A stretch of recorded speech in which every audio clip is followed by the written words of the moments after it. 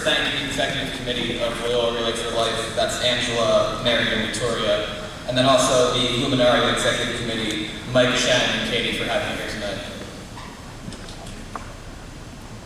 When I was told that my mother had between 2 months and 2 years to live, on December 11th, 2010, I straight out denied the news. It had been discovered that my mom, the most passionate and vibrant soul who I'd ever met, had fallen victim to a tragedy nobody could comprehend. While she'd been battling a pulmonary lung infection called Mycobacterium avium intracellular, lung cancer snuck in, capitalized on her weakened immune system, and like a thief under the cover of darkness, stole the life of the person most important to me right out from under my family's watching eyes. By the time it was revealed on December 11, 2010, that the cancer was stage 4, too strong to cure, too widespread to be operated on, the only person who could honestly believe that she'd live to see me graduate high school, graduate college, get married, have kids of my own, was me, her only child. She passed away from cancer on January 11, 2011, 1 month after her diagnosis at the age of 49, when I was a 14-year-old freshman in high school. And the last thing she said to me was, "It's going to be okay." The meaning of caregiving to me is to be compassionate. One thing that I didn't know about cancer before I saw it in action myself was that it's never the person who has cancer who fights the disease alone. The 12.7 million people who get diagnosed with cancer each year never walk the road without the support of those closest to them. The 7.6 million people who are killed by cancer annually have families, friends, neighbors, healthcare professionals, strangers who give love without looking for anything in return, who try to make the most of every moment. Everyone who loved Joey Feet, the country singer who passed recently at the age of 40 from cervical cancer, stood with her as she and her family battled against this disease. Everyone who ever enjoyed the music of David Bowie felt the reverberations of his loss, a shining star the likes of which will never be seen again, snuffed by the illness that we are trying to cure. And everyone who knew my mother, everyone who knew my family, her friends, and our fellow caregivers, stood by her and hurt with her, even when everyone knew there was no way she would live to see 50. Yet in the face of those imposing, unconquerable odds, I held out hope until the very day she died. I speak to you tonight as someone who has been extremely lucky in his life. That statement, considering the fact you've heard what you have so far from me, might sound a bit out of key, but truly it's not. My mother's 3 sisters, Kathy, Jean, and Mickey, all have contracted and beaten breast cancer. My Aunt Kathy beat breast and ovarian cancer. I've been blessed with an amazing group of friends who know the hurt which I've experienced, who have stood with me when I couldn't stand myself. I've been so fortunate to be a part of a spectacular relay community, both in my hometown and here at Loyola.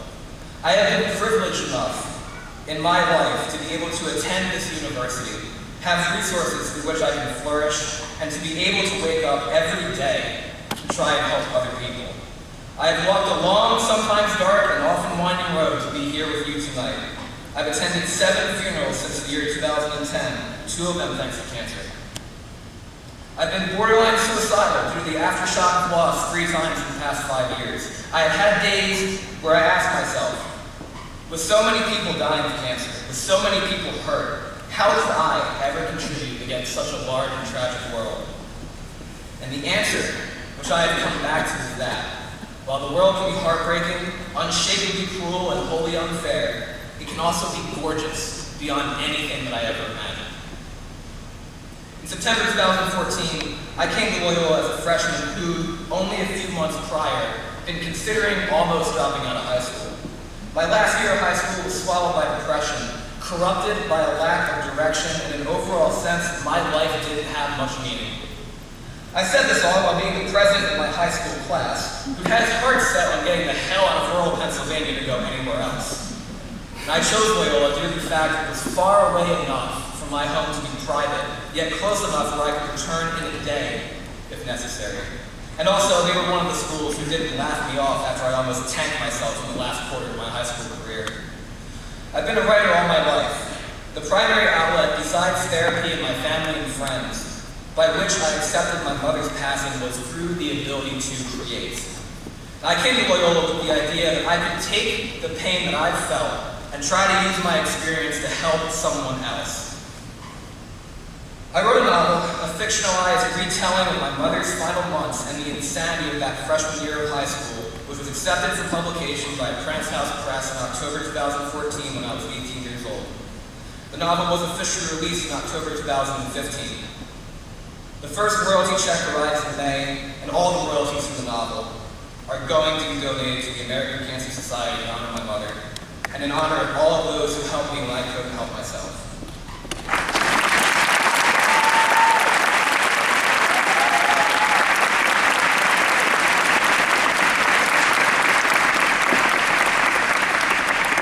The tremendous achievement of getting that story published was not for me.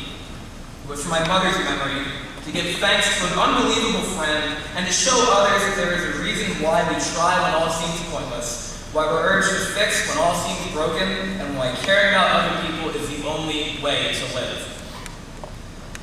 Fast forward to last semester, the fall of 2015.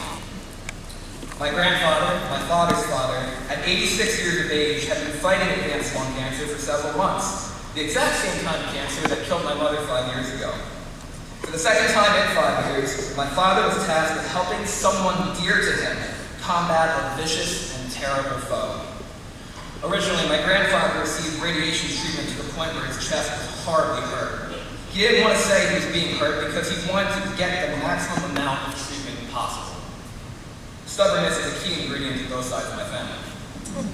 That initial salvo was said to have the cancer under control in the lung and chest area, but unfortunately when he went back for re-examination, it was found that the cancer had spread past the original evaluation and was, again, too advanced to stop.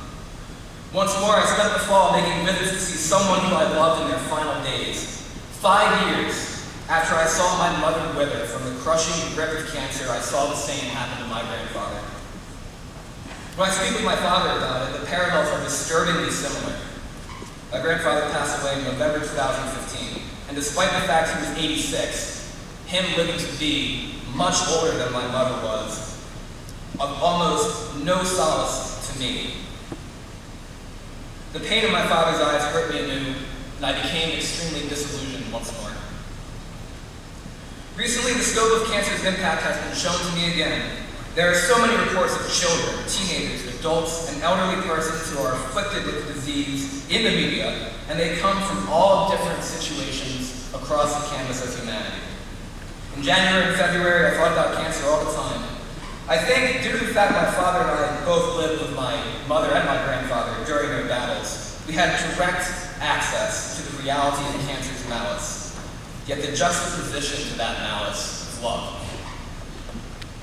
Being a caregiver is to hold the wealth of the world in every action, every doctor's appointment attended, every treatment, every meal prepared, every comforting word, kind gesture, early morning, late night, every memory made, and you're doing it all for somebody else. All those who cared for my mother and grandfather knew full well what the numbers said. We knew full well that it might not end in a miracle, although I had a penchant for believing in those. And the most brilliant thing we saw was something which my mother and my grandfather taught us through their strength, their courage, and their grit. They did not let cancer win. They had cancer, they passed from cancer, but with every moment they had left, they lived in spite of that.